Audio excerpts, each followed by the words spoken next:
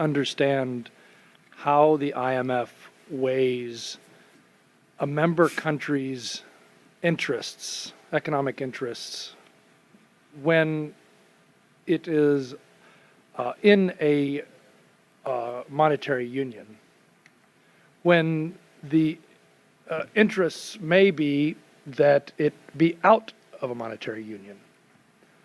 I haven't seen any analysis by the IMF about the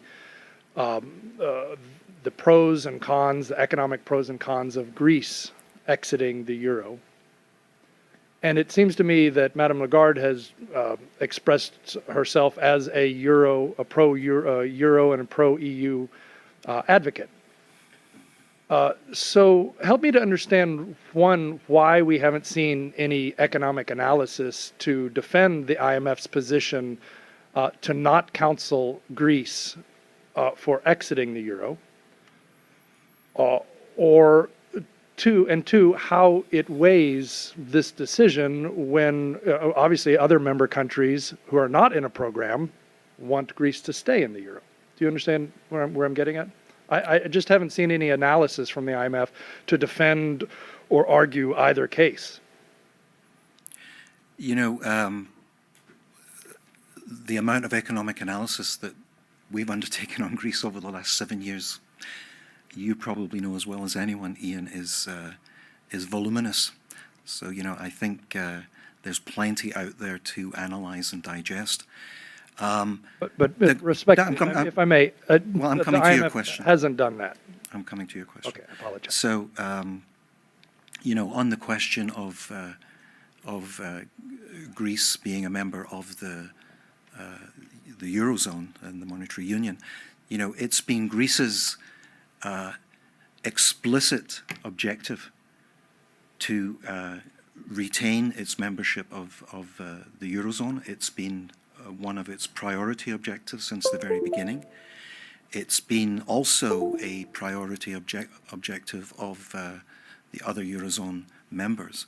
So, you know, in terms of how we weigh our service and support to a member country, you know, these are obviously important factors that we take into account, and we have taken those into account and are trying to support and service the member as best we can in that context. But if I may follow up, Gerry, there are cases in which a member country is explicitly, to use your language, explicitly has an explicit objective to do for economic policies that the IMF believes to not be in that member country's economic interest or in the global economic interest. And it speaks truth to power. And yet there has been no analysis to argue why Greece should remain part of the euro or why it shouldn't.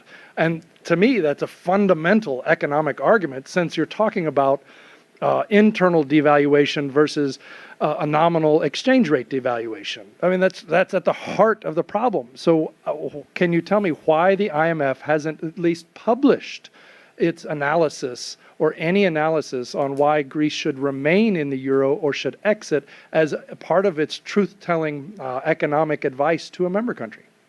Well, you know, again, I think there's been plenty of analysis of Greece's economic situation and how the IMF assesses what is in Greece's best interest. And, you know, I just think there's voluminous information on that. And if you can point me to and respectfully, I appreciate your patience in me interrupting you, but if you can point me to, in the voluminous analysis of Greece, which I admit is voluminous, it will probably fill several volumes, in fact, several history books, but I have seen in none of it that I'm aware of any analysis of Greece, the pros and cons of Greece staying or exiting the Eurozone. Yeah, well, and if you can point me to that direction, I'd happily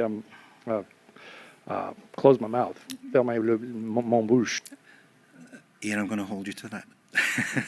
Okay. But more seriously and respectfully, I'll come back to you, but I do believe there is actually a lot of analysis where you can clearly distill what the IMF's view is as in being in Greece's best economic interest. I would include in that the many staff reports, and in particular perhaps the these ex post evaluation studies that we have done. That again, I can point you to some of this material afterwards, but I do think there's plenty of material.